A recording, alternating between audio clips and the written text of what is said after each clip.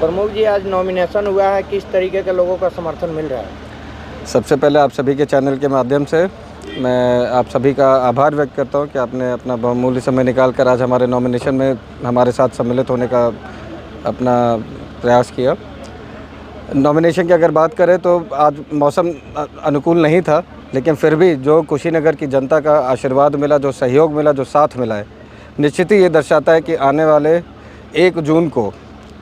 निश्चित ही माननीय मोदी जी के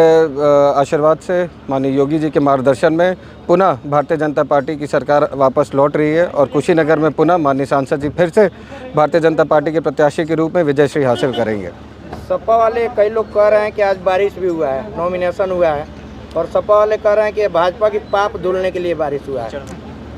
तो उन्हें ये बताना ज़रूरी है कि जब बारिश होता है उसी से कीचड़ होता है और कीचड़ में ही कमल खिलता है, ये मैं सपा वालों को बताना चाहूँगा। और रही बात पाप धुलने की, तो उन्हें तो ये नसीब नहीं होगा, क्योंकि आप जानते ही हैं हमारे प्रदेश के जो मुखिया है बुलडोज़र बाबा, ऐसे पापियों का क्या हश्र करता है, मोदी जी की सरकार में ऐसे पापियों का क्या हश्र होता है, ये समय आने वाला समय बताएगा। प्रमुख जी, क्या लगता है स्वामी प्रसाद मौर्य यहाँ से चुनाव लड़ने जा रहे हैं, तो वो क्या कुछ समीकरण बिगाड़ सकते हैं? पर्सनल टिप्पणी तो मैं नहीं करना चाहता, लेकिन मैं बस एक बात बताना चाहता हूँ कि आप जो बात कर रहे हैं कि क्या कुछ समीकरण वो हिला सकता है, आप देख सकते हैं कि माननीय मौर्य जी चुनाव लड़े थे विधानसभा का फाजिल नगर से, जहाँ पे बोला जाता है कुशवाहा बाहुल्य क्षेत्र है, लेकिन वहाँ भी मोदी जी की जो लोगों के प्रति आस्था है और योगी जी के प्रति जो आस्था है, किस तरह से विजयश्री हासिल किया आदरणीय श्री सुरेंद्र कुशवाहा जी ने, ठीक उसी प्रकार मोदी जी के और योगी जी के मार्गदर्शन में माननीय सांसद जी के अथक प्रयासों से, उनके 5 वर्षों के कर्मों से, अपने सामाजिकता से उन्हें पुनः हराकर वापस भेजने का कार्य हम करेंगे। योगी मोदी बीजेपी जिंदाबाद जिंदाबाद, योगी मोदी बीजेपी जिंदाबाद जिंदाबाद। खड्डा से आप ब्लॉक प्रमुख हैं और खड्डा की एक समस्या हमेशा रहती है, नदी रहता है उस पार, 50,000 की आबादी है, तो वहाँ के लोग लगातार संघर्ष कर रहे हैं कि पक्का पुल का निर्माण हो। क्या इस सरकार में फिर पुनः अगर जो यहाँ से जीतते हैं तो क्या पुनः पुल का निर्माण हो पाएगा? जी अवश्य होगा। हम लोग लगातार प्रयासरत रहते हैं कि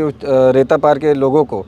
कोई भी समस्या हो उसका कितना जल्द से जल्द निवारण करा सके। उसके लिए माननीय सांसद जी हर कुछ दिनों पे ज़रूर एक बार रेता क्षेत्र जाते हैं, वहाँ के लोगों की समस्याओं से रूबरू होता है और उनका जो भी समस्या है जिनका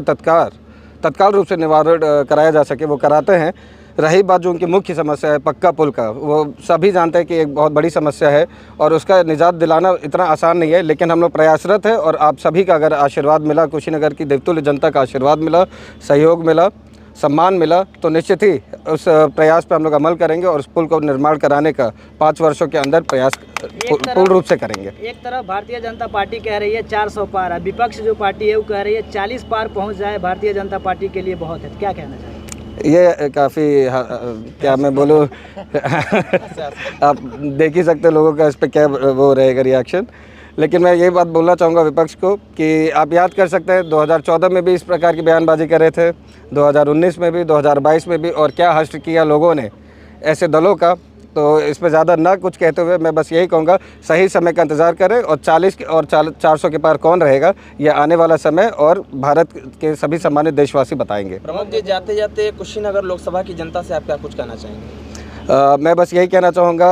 हमारी सभी सम्मानित माताओं बहनों से, पितृत्व बुजुर्गगढ़ से, युवा साथीगढ़ से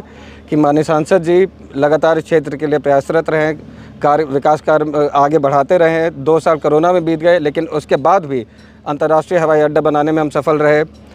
मेडिकल कॉलेज बनाने में सफल रहे, आप बात करें तो कृषि विश्वविद्यालय को कुशीनगर की धरती पर लाने में हम लोग सफल रहे, तमाम बड़ी सड़क परियोजनाओं को हमने पारित कराया, उनका निर्माण कराया।